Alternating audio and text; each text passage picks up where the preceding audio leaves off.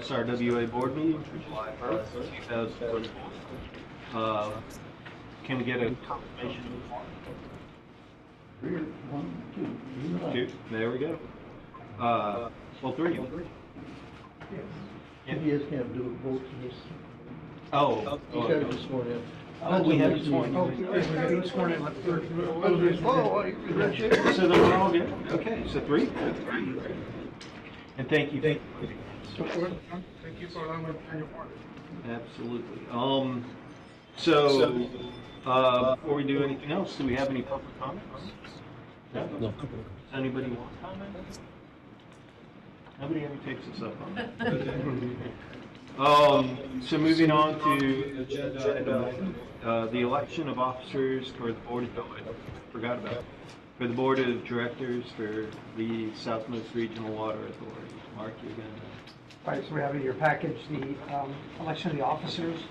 Staff is not recommending recommendation. It's up to you to elect two board members for next year. Any take nominations? Well, would we, I mean, I guess, any nominations? We didn't really do any politicking before. We could. No, it generally stays the same unless there's somebody that. Yeah. Well, we could suggest let's keep it the same. If anybody wants to make a motion. I move that we remain the same as elected before. Sounds great. No, second. Sounds great. All in favor, say aye. Aye. Motion passes. Okay, this is item number 2, and I've been advised that we should divide these up into 2 separate actions. So first is consideration and possible action on approval of the May 6th, 2024 board minutes.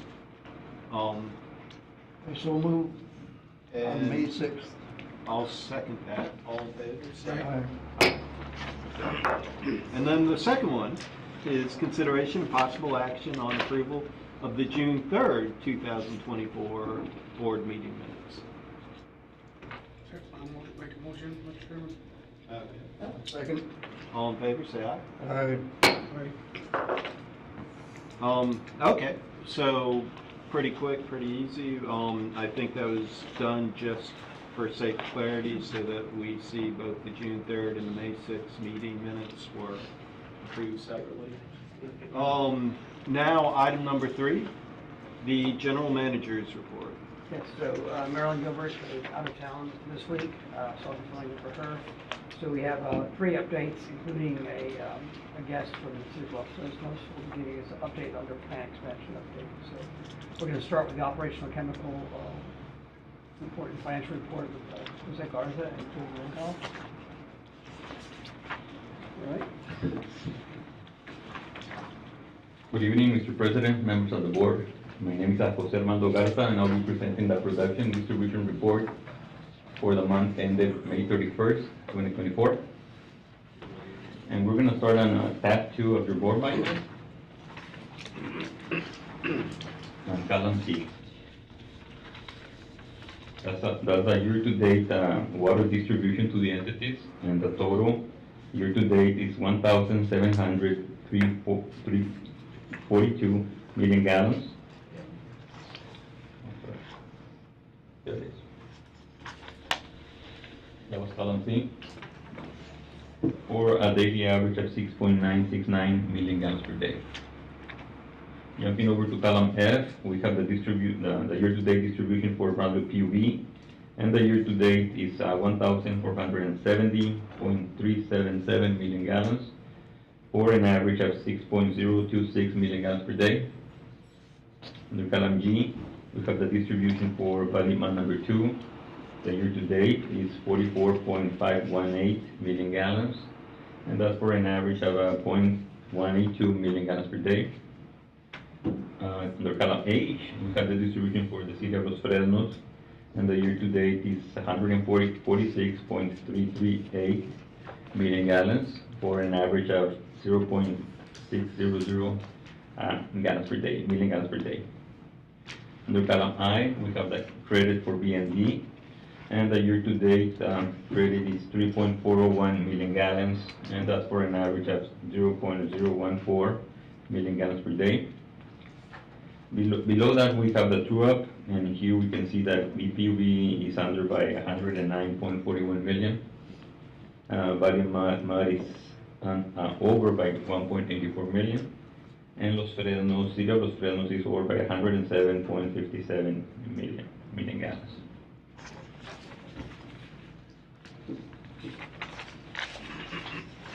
The next page, we have the production and distribution for the month of May 2024. Third column from left, that's the total water produced, and the highlighted number is 229.719 million gallons. That's the production for May 2024. And to the far right, we have the distribution for the same month, 227.171 million gallons. And that's for an average of 7.328 million gallons per day. Below that, we have the chemical consumption for May, and the total for chemicals, it was 76,384.56, and the electrical consumption, 129,386 with 62 cents. The next page, staff reports events that reduce water production. And for May 2024, we had a 7-hour shutdown due to an issue to an airflow sensor in our microfiltration plant. So that was done for 7 hours.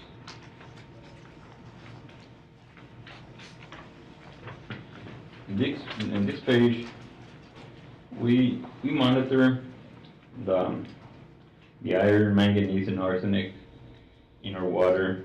Now, like you can see the first 3 columns, that's the result of iron, manganese, and arsenic for our raw water. The next 3 columns, that's the filtrate water.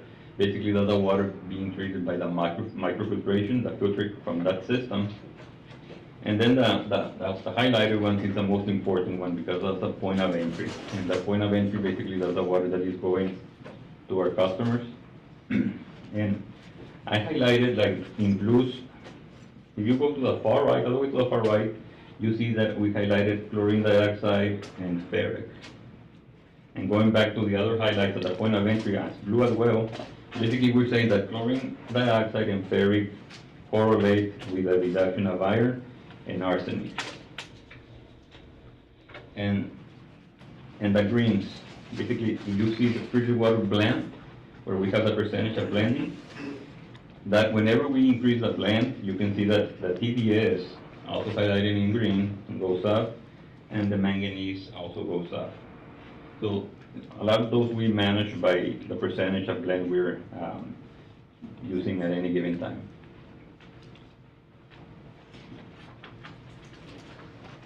The following chart, we're plotting basically what we just covered in the Excel sheet for manganese, and this is for the point of entry. And we're seeing that to the far right we have the blend percentage, and the bars represent the manganese. We also can see the same thing, that whenever we increase the blend, the manganese in our finished water increases, but it's still way below our secondary standard and our SRWA's goal, which is a lot less than the standard itself.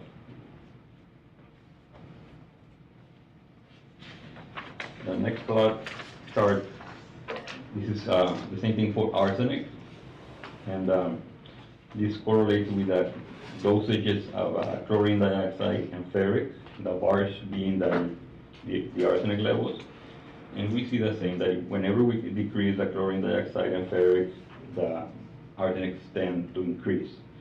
But we are still way below the maximum contaminant level, so we're doing good. I just want to say, I think I maybe mentioned it last time, but these graphs and this data is great, because our primary product is the output of water, and our primary input, other than the water from the reservoir, is these chemicals. So Right. being able to see that is great. Thank you very much. Thank you. This following graph, basically we just We're comparing the water production, comparing fiscal years 2023 and 2024 for the production and distribution. As you can see, we're slightly over last year's numbers as far as production goes. And on this last one, this is the production from the three DPU's water plants, the two surface water plants and the SRWA water plant. And in the box, you see that you can see that SRWA is contributing with 28.71% of the total water demand for the city of Brownsville.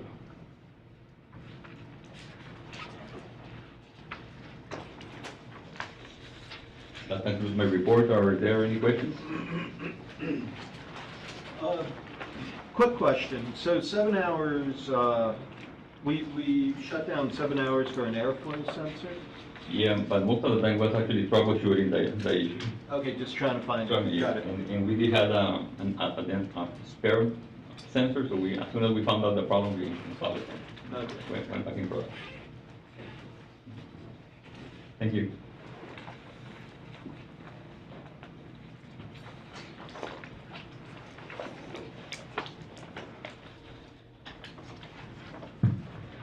Good afternoon, Mr. President, members of the board. My name is George Rangel, and I'm the finance manager, and I'll be giving the financial performance report for the month ended May 31, 2024.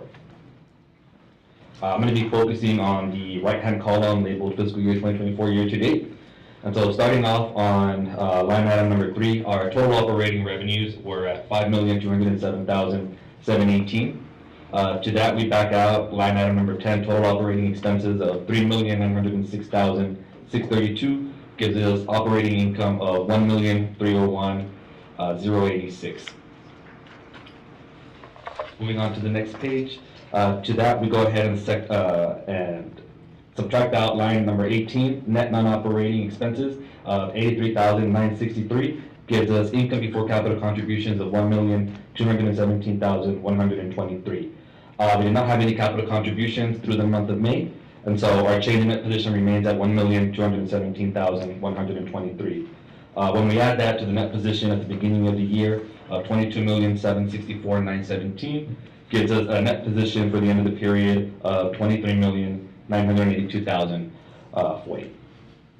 And then there is some supplemental information on the O&M accounts, if you all have any questions on that.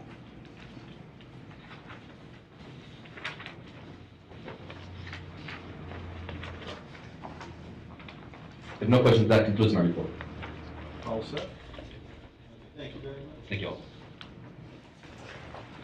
We'll go on to the drought update.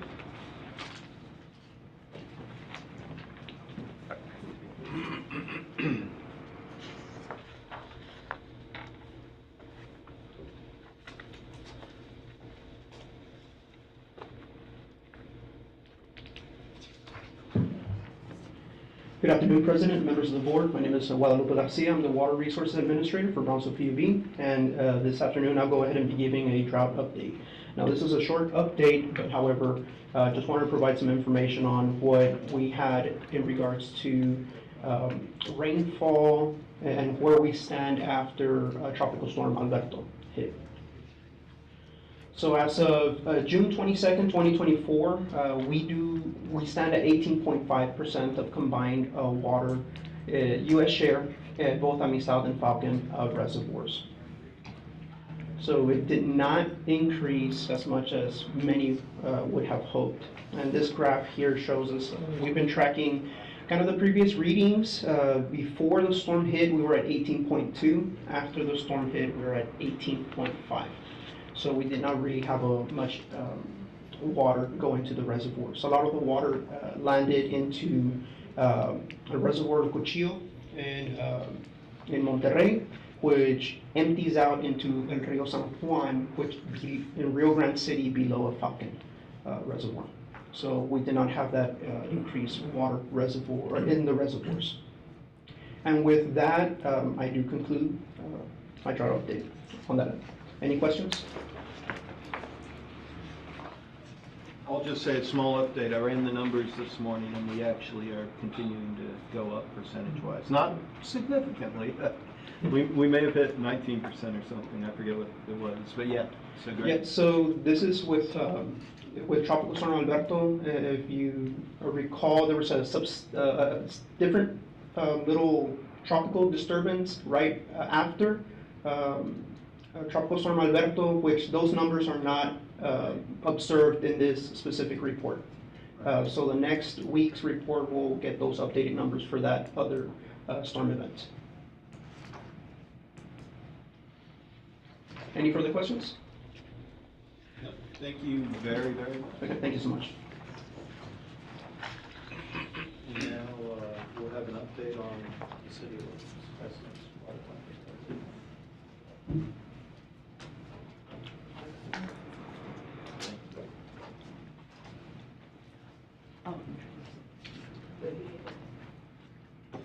President, members of the board, I just want to introduce Raul Garcia. He's Public Works Manager of City of Los Fresnos. And thank you, Raul.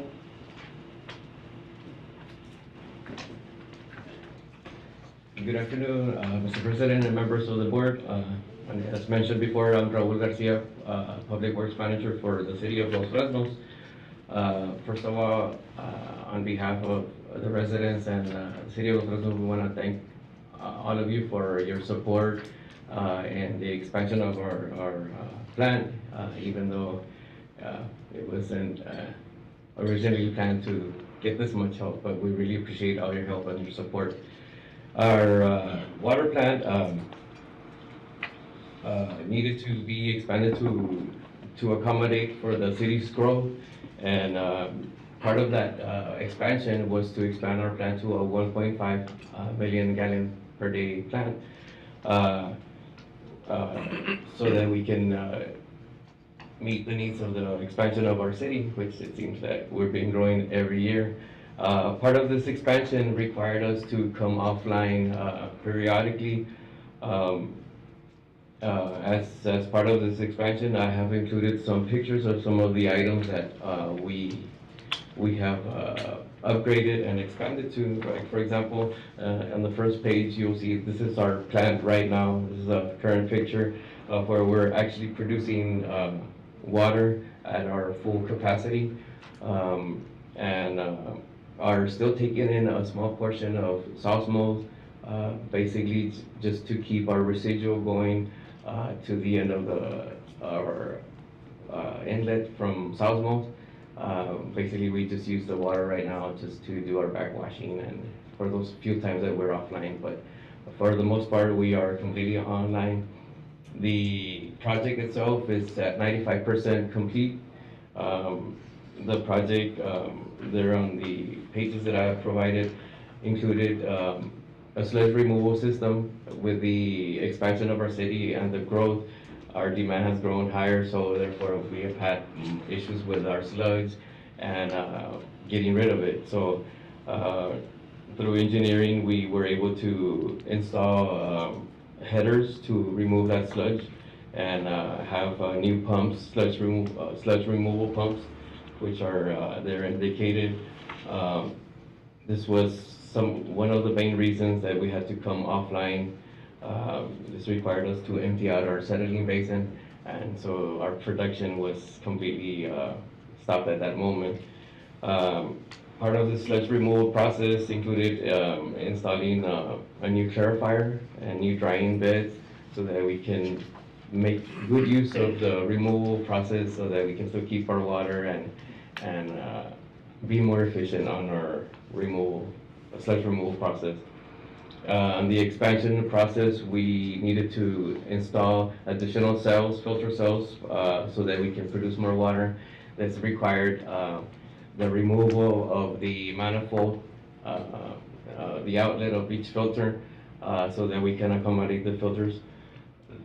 Installing these filters also, it was like several things going on at the same time. In order to get these filters into where they are now at, we had a ground storage tank that needed to be replaced, so we took the opportunity to have that ground storage tank removed so that we have access to that, the new filter cells where they were going to be installed.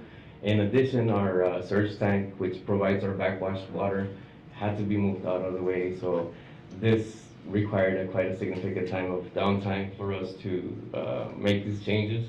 In addition, we installed new actuating valves and so that we can hopefully get our SCADA system working completely. We are working on our SCADA system right now, but it's on a manual mode, so the goal is to get this all automated. But of course, with everything, there's little bugs here and there that would need to be ironed out.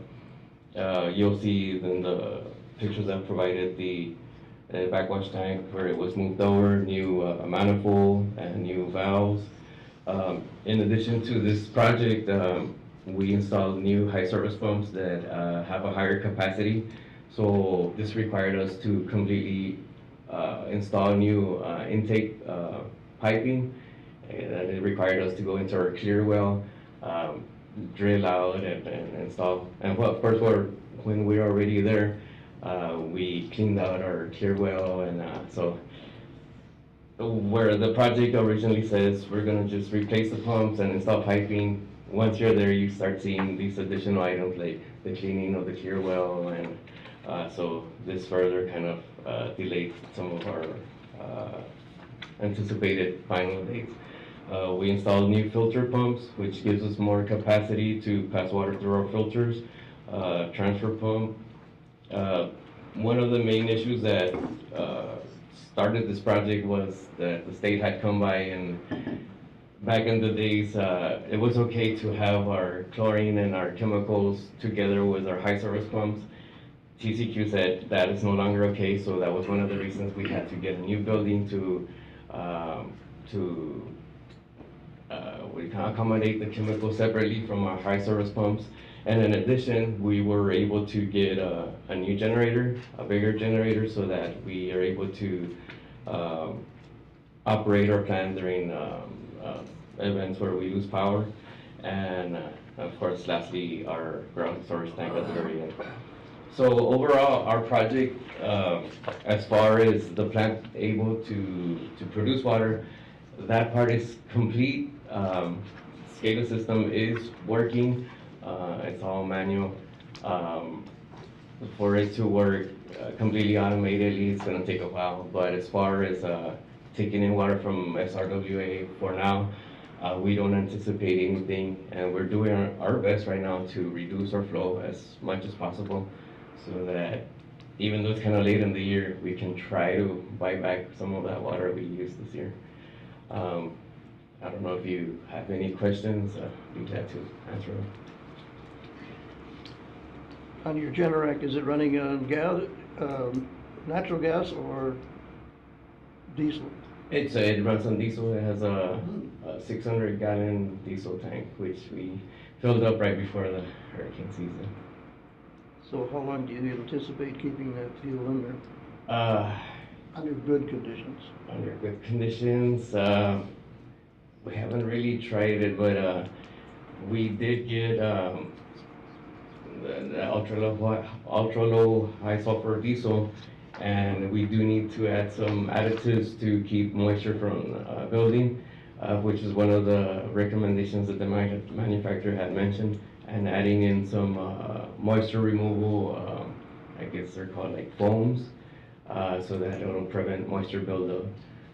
But your diesel fuel still will degrade in the tank, so Yeah, that's a problem. yeah, that's been one of the issues that we been looking at, because for that in our city hall and our police department generators, so we are looking into that.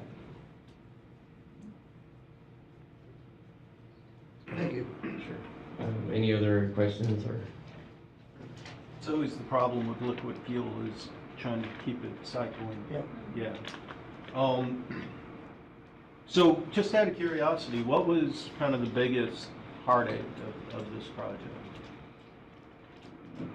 Kind of the most, the biggest delay was getting things. When this project started, it was toward the mid to the end of the peak COVID season. So while the contractor, Ferguson, had been promised dates of delivery, those dates were just simply moved up, and pretty much they were getting the runaround, and it kind of looked like we were getting the runaround, where they would say, you get it in July. July came around, oh, it's like, oh, 1 more month, and that's where we were at. It was mainly electrical delays. And then toward the end of the project, it was finding these new items. For example, our settling basin, since it had been empty, I guess the ground had shifted, so the piping, the concrete piping had dried up, and that had cracked. So we had filled up our settling basin, and we had put in chemicals. We were ready to go, and it sprung up a leak, so we had to empty that out and start all over again. And those were like, yeah. Okay.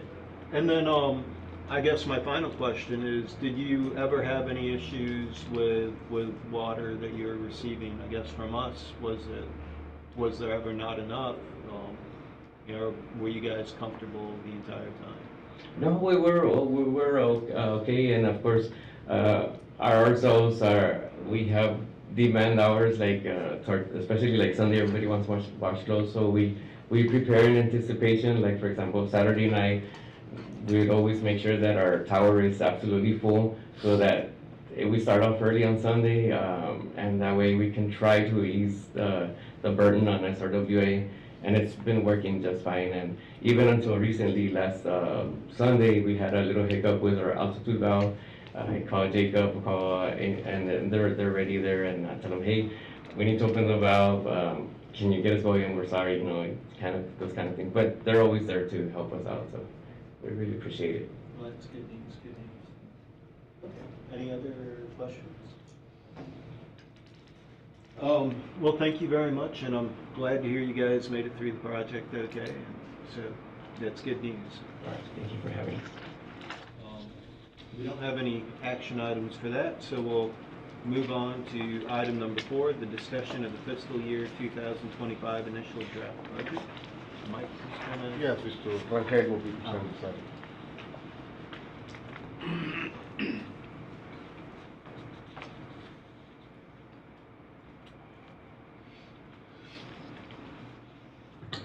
Good afternoon, Mr. President, members of the board. George Rangel again, Finance Manager. I'm going to be giving a presentation over the initial draft of the proposed fiscal year 2025 budget. And so I'm going to go ahead and start off with a little summary, and then I'm going to go into the details of the O&M and capital budgets. And so for fiscal year 2025, the proposed operations and maintenance budget of $5,924,426 is about $10,997 or 0.19% less than the approved fiscal year 2024 budget. Some of the O&M changes are attributed to overhead labor, which did see an increase to overtime, promotions, and salary adjustments. We also saw an increase to utilities, departmental, so there was some increased usage and cost for utilities for the power consumption for the facilities and equipment. But what really was the main driver was a huge decrease to chemicals. Decreased usage for the scale innovator, microflotation cleaners, and sodium chloride. And so in talking to some of the SRWA staff when they were bringing in the requests, that was where we saw the biggest change. The adjustment to those dosage of those chemicals, that's where we saw that biggest decrease. And that's what's driving the more or less $11,000 decrease year over year. For fiscal year 2025, our debt service requirements totaled $2,276,265, which is only an increase of $110 over prior year. The fiscal year 2025 proposed capital budget totals $1,255,600, which will be funded through zero participant assessments. So this will all be done, will be funded through prior year cash that we have on hand. So there will be no need to increase any assessments on the participants. So with the offset of the $400,000 of revenue and interest on investments for fiscal year 25, the O&M, debt service, and proposed capital budget will bring the total proposed Southland Regional Water Authority fiscal year 2025 budget to $7,800,691. And so included with that in your packet, you'll go ahead and see the summary page here. And so this is a proposed allocation by the participant. So starting on column A, you'll see the listing of the participants, and then in column B, you'll see their allocation percentage by participant. And so you'll see there on column C and D what the total debt service and total proposed O&M budgets. And so as mentioned in the previous slide, the debt service is the $2,276,265, which is the total that you'll see there at the bottom of column C. And then the proposed O&M budget is the $5,924,426. If you see on column E, the 2025 proposed capital budget, you'll see $0 in there. Because as I mentioned before, all of this will be funded through prior year cash. So there's no need to add that onto the assessments of the participants. And then in column F, we see interest on investments. Last year, we estimated around $400,000 on interest on investments. We're seeing similar trends this year with the rates that are out there. And so with suggestion from our Treasury and Accounting Department, they're asking for us to use that same figure of $400,000. And so that is a decrease to the assessments to the participants. So that gets taken into account.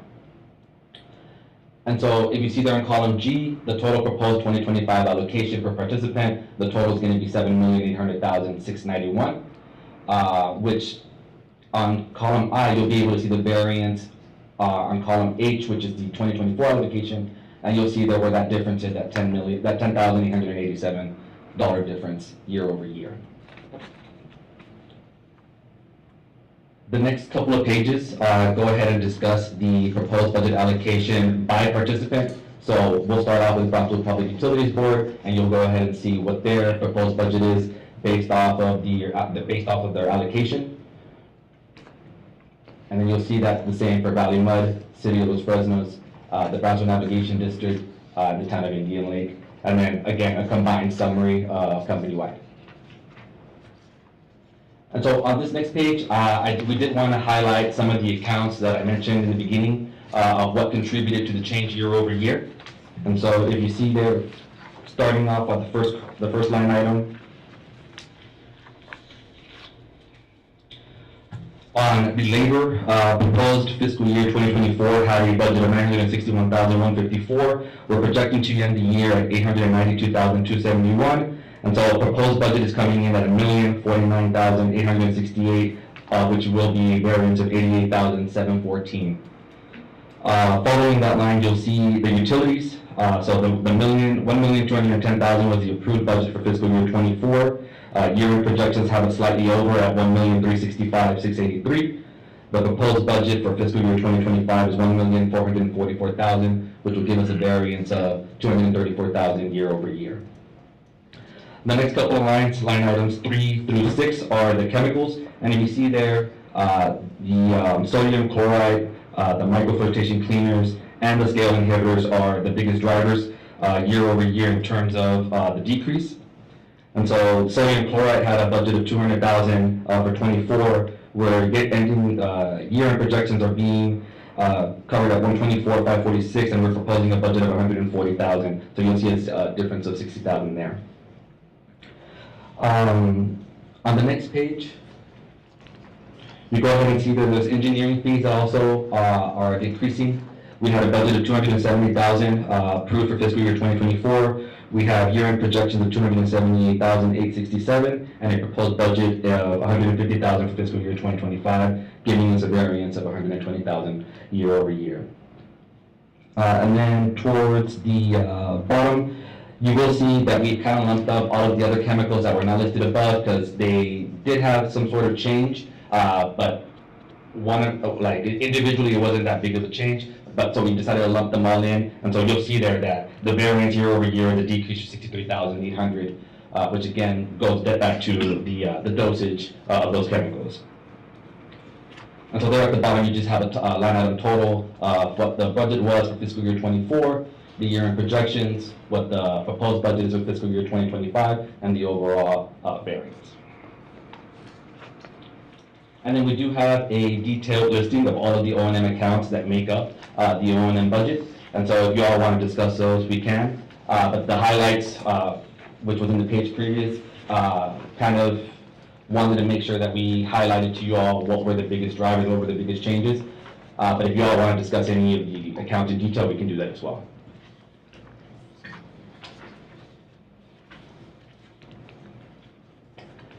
Then moving on to the personnel budget. So we have a breakdown by category. Starting there with line item number 1, total SRWA wages. The approved budget for fiscal year 2024 was at $534,394. The proposed budget for fiscal year 2025 was $567,091. So it was about a $33,000 increase year over year. Adding in the BPUB administrative support, fiscal year 2024 approved budget was at $52,534. The proposed budget for fiscal year 2025 is coming in at $53,796. So not that big of an increase, but still an increase nonetheless. Promotions for eligible positions were at $24,191 for fiscal year 24. That remains the same for fiscal year 2025. No change to that. And then we have overtime that is allocated to eligible positions. The budget for fiscal year 2024 was $34,929. The proposed budget for fiscal year 2025 is $34,413. So a small decrease year over year on that. And then the last line item is the estimated benefits for all positions. And so the fiscal year 2024 approved budget was at $315,107, and the 2025 proposed budget is at $370,378.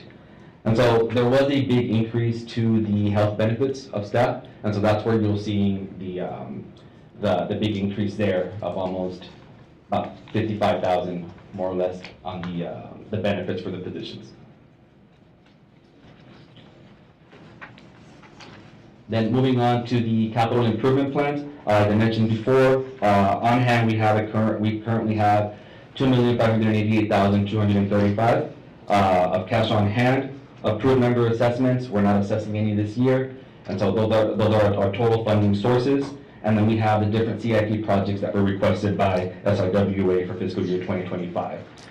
We have everything from the optimization projects, administration, building fire system upgrades, door access system, and then various other CIP projects that will be taken on in fiscal year 2025.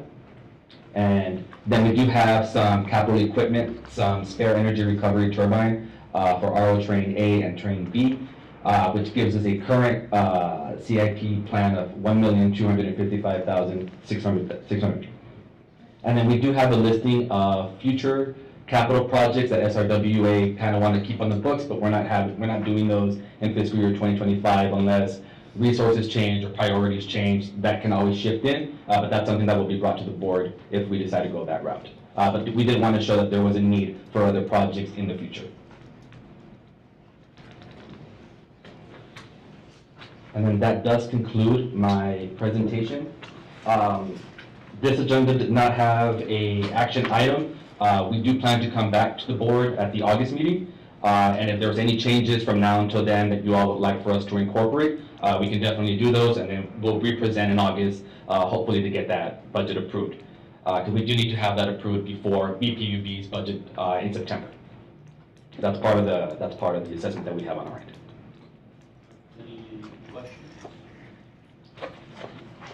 Well, thank you very much. No, thank you all. Okay, we'll move on to the next item, consideration and possible action to extend the contract for external auditing services with Burden Cumber and Longoria for year 3. Yes, Mr. President, members of the board, my name is Mike Perez. I am the Chief Financial Officer. So back in 2022, the Brownsville Public Utilities Board went ahead and approved Burden McCumber and Longoria to provide external audit services for fiscal year 2022. The contract did have an option to renew the contract for 2 additional 1-year periods. So the audit for fiscal year 2024 will be the 3rd and final year. Burden McCumber has done a satisfactory job, and they have agreed to honor their price. All terms, conditions, specifications of the original contract will remain in effect. BPUB's engagement letter was taken to our finance committee this past Wednesday, June 26th.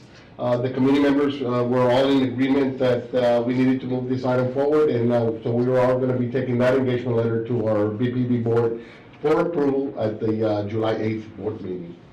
So at this time, staff recommends the renewal of the contract for external audit services with Burden McCumber and Longoria LLP for year 3. Does anybody have any questions?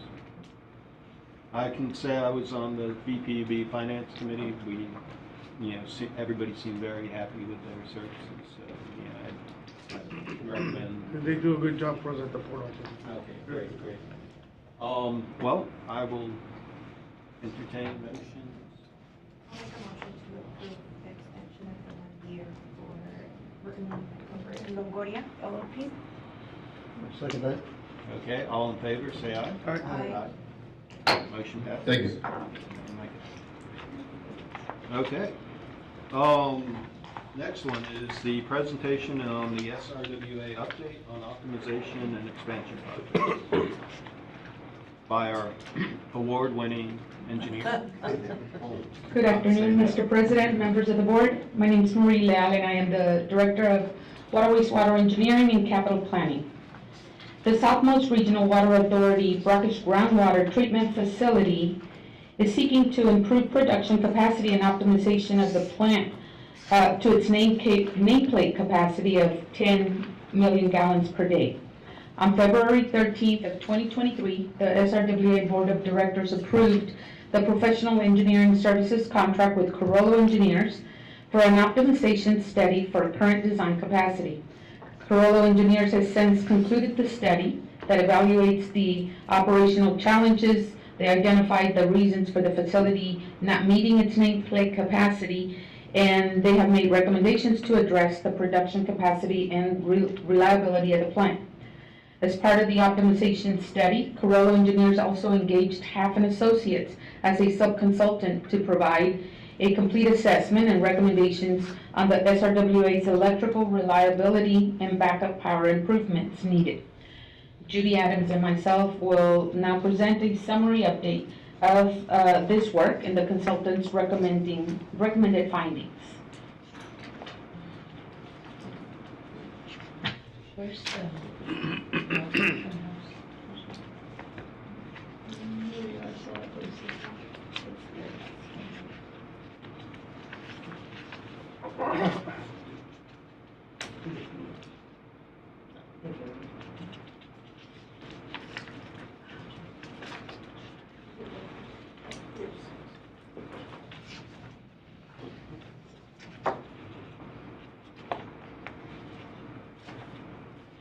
All right. My name is Judy Adams, and I'm the Division Manager for Water Wastewater Operations, and I'll be updating you on a few things, including the optimization project, plant expansion, and well rehabilitation. So as you recall, the final study report was completed in January 2024, and there was some Tier 1, Tier 2 projects. There was about 15 projects altogether. The first 14 projects were Tier 1, Tier 2. Those were the ones that would get us to the nameplate capacity of 10 MGD. The other part of that study was the overall electrical system reliability projects, and the estimated cost for the electric reliability was 14.4. I'm going to break that down real quick. Tier 1, Tier 2, remember, I went over the objective, but the Tier 1, Tier 2 included $23.2 million in 8 additional or replacement wells, 4.2 in additional microfiltration trains, 4.4 in SCADA and infrastructure upgrades, and $600,000 in new RO membranes. So on the electrical system reliability, total was $14.4 million. And the purpose of the electrical reliability was to improve the electrical reliability through backup power and through redundancy of several equipment. So it included an approximate $7.6 million in backup power generator, one generator. Or was it several? It was more than one, sorry. And then the other part of that, which we call resilient power distribution solution, included 3 transformers, switch gears, switchboards, and motor control centers. I'm gonna do my best to explain it, but basically the engineer was proposing that we run the entire plant on redundant systems.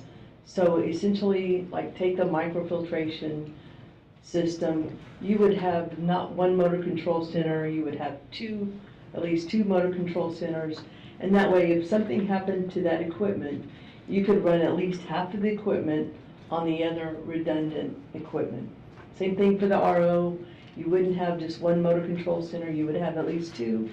And if something happens to that side of the trains, you could run the rest of the plant with the other equipment. So it's redundancy. And that portion of that, the improvements was estimated to cost $6.8 million. So that was the purpose of the electric reliability part of the study.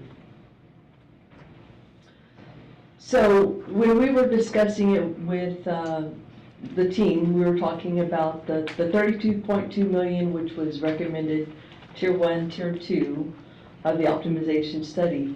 We realized that the power backup generator was not included in the 32.2.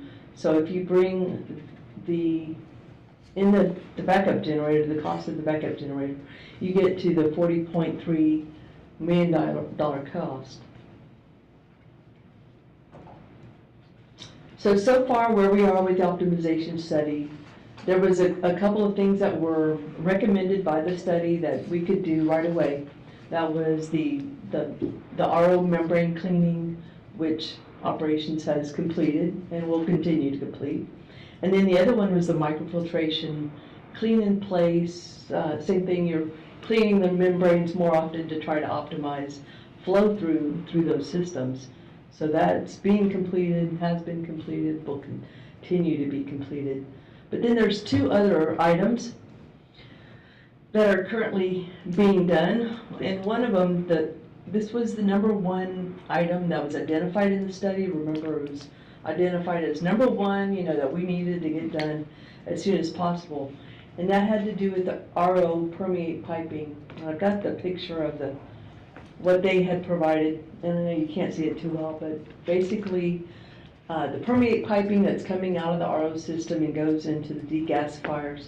What we were seeing was some of the water that was used for chlorination was coming back into the RO system. And so the engineers recommended that we extend the pipe up coming out of the RO plant, extend it up, and that way the water cannot feed backflow into the RO system. So we have executed the contract. They are currently in design for this pipe.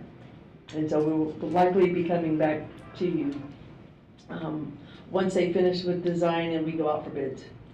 And then the second part of that is the remainder of the balance of the project, which I can't remember the cost of it, but basically we've hired Corolla to do a feasibility study so that we can apply for a grant.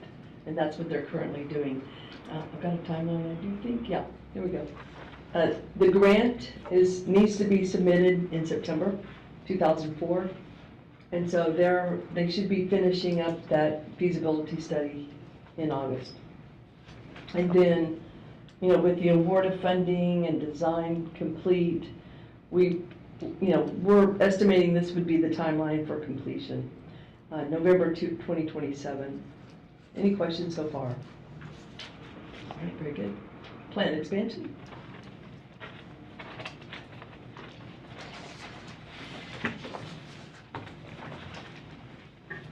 Of course, the other half of, after bringing the plant to its optimum capacity now, the next choice would be what would it take to expand the plant. There's basically 2 choices.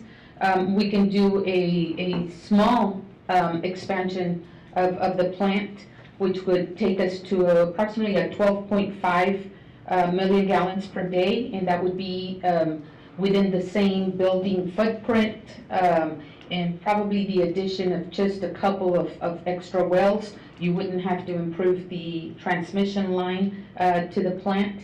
But then going from 10 MGD to 12.5 really doesn't do, in today's current conditions with the drought, it really does not do a lot for our customers and or the possibility of additional water. Corolla was also tasked to come up with a very preliminary estimate of what it would take to expand the SRWA to double it in size, to a 20 million gallons per day capacity.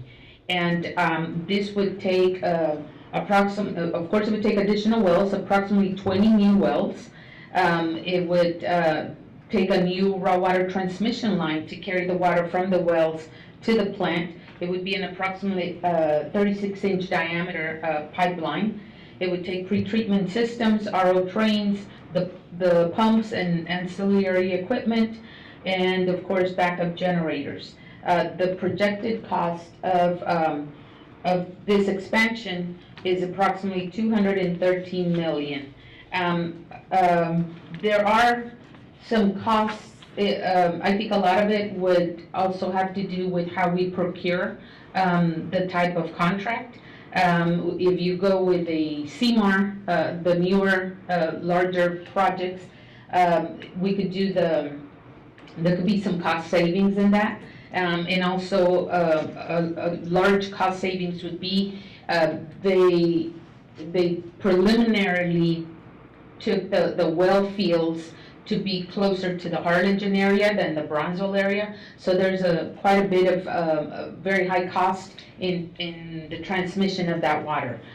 So again, this is still very preliminary. We could probably do a 20 to 40, up to a $50 million cost in depending on the well field location and also the procurement type of contract that we would go after. So what does the 2.5 MGD expansion, what is that projected to cost? The projected cost, I believe that was probably between 40 to 50 million. That could be a faster solution, being that it would not take any vertical buildings, any additional footprint. It would still operate out of the surface tank that we have. It would operate within the transmission line that we have. And we would just need to find 2 to 3 more wells. It could, those could come, right now there are 30 wells in existence. We use 20 of them. So it would be either revisiting those 10 dormant wells and see if they could be used, or 2 to 3 new locations of wells. Okay, so going back to the plant optimization, where we're just trying to hit the nameplate capacity, why haven't those other 10 wells been on the table? I believe that those 10 wells originally, as part of the original design, they did not meet the water chemistry needed for the plant. And correct me if I'm wrong on that, Judy? Yeah, I was just gonna say, let me yeah, when they originally built this plant, they cored, I guess, the 30 wells. I mean, we say that they're in existence, but they tested them. They picked the 20 best wells. But those wells are not in existence per se, but we still do own some property. So it's feasible, but there's not a well there per se. That's where they tested. There's no equipment. There's no hole, we just have the land. Right, exactly. If I could get a little bit of follow-up information on that, just what has been done, what we looked at, why this didn't meet our needs. It'd just be interesting for completeness sake. And then the other question that I have is, so, you know, the thought by Corolla, which isn't bad at all, is that we want to divide this plant basically into 2 parallel systems. So if one goes down, the other one continues to work, we get 50% of the output. Would that also be the case with this expansion? Like it would be divided into 2 other sub-electrical systems? So there was redundancy, yes. Okay. It would be designed with backup generation and redundancy in operation. Okay, so if something went down, then we'd have 75% of our output. Correct. With this. Or 50%. 50%. Whoa. Or- Well, I mean, so if we have this 10 megagallon, you know, we do our optimization, we're gonna be on 2 separate circuits, basically. That new plant, will that then be on 2 more separate circuits? So we're foregoing that redundancy right now and Okay, focusing okay. on the improvements and a backup power. That's what I With the was curious. mindset that when we expand, let's design it That'll be into- on the separate circuit, got it, perfect. That's what I've been actually curious about.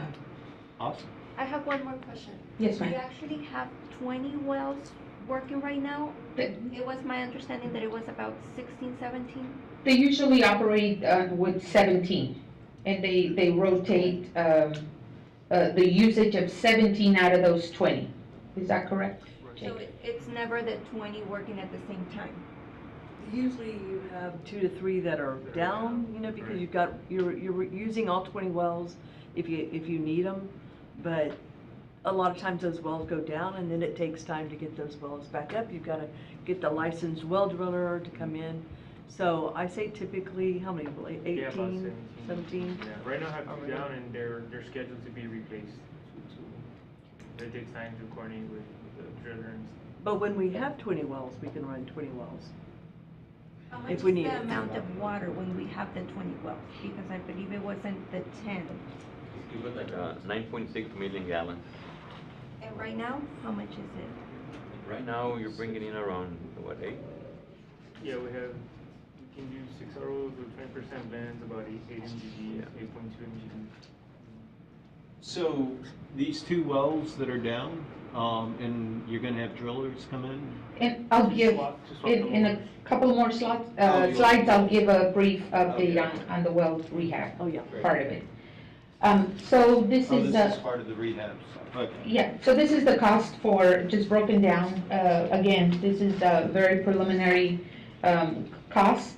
1 million for the feasibility study, approximately 25 million for the design, construction, 170, and the cost of backup generators, 16 million. This is a tentative, what would our timeline look like? Again, an important feature is meeting the grant application this fall, and this is for the Title 16 grant application. And they, as all grants, they move kind of slow, where it usually takes a full year to award grants. So that would put us in 2026.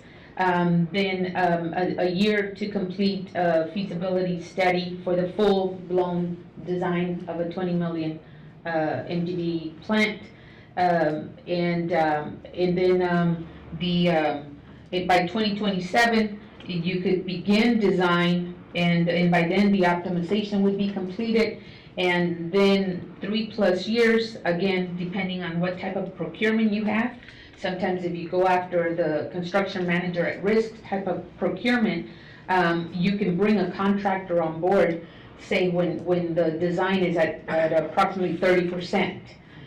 So you can move both of those things. The contractor works with the designers to value engineer the design of it. So if you go the traditional method of a design bid project, then it would take a full 2 years of design, and then you bid it out.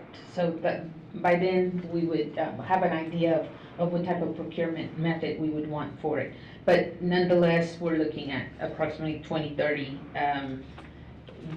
before that would be the earliest before construction could be completed.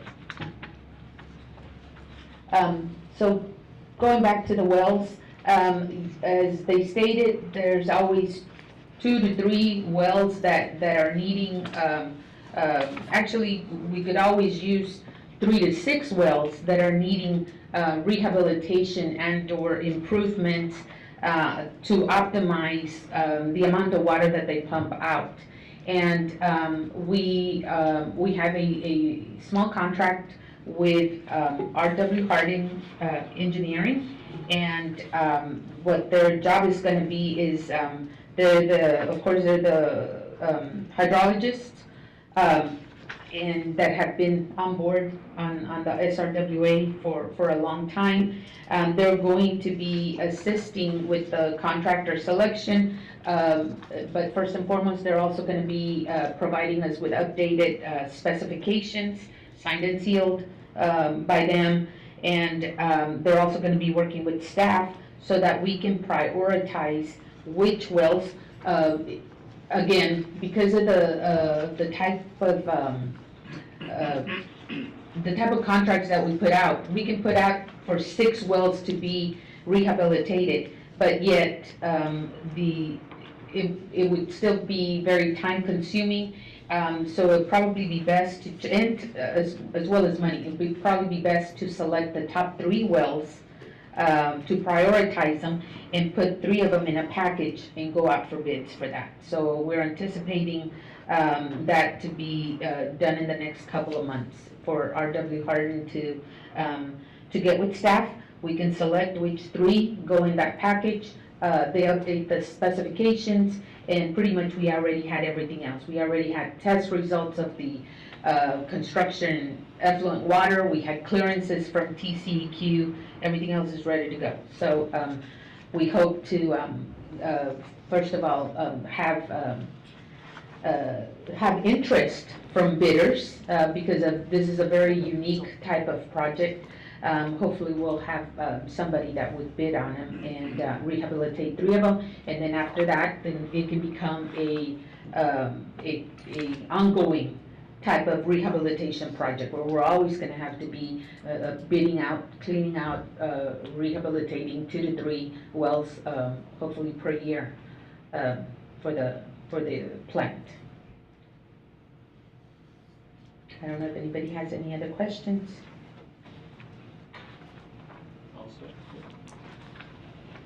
I think that's great. Thank you very much for answering our questions while you were presenting. We didn't wait till the end. Thank you. Okay, and the final item is discussion on the date, time of the next board meeting. And normally Marilyn jumps in, but I guess you're up. Calendar here. You want to discuss the secretary position? So Mark pointed out that we do not have a secretary right now. That position is open, so we can tackle that next board meeting. But you know, let's see. I was looking at it and lost it. But yeah, so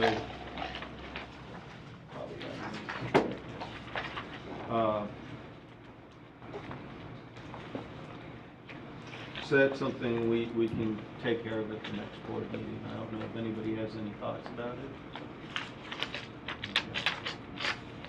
The first Monday in August is August 5th. Okay. That's August 5th at noon here at SRWA. Does that sound good? Do you guys want to continue to meet here? Do you want to meet at PB? No, this is here. Okay. It's here. Okay. So I think that's good then. I'll move the meeting be adjourned. Okay. All in favor, say aye. Aye. Motion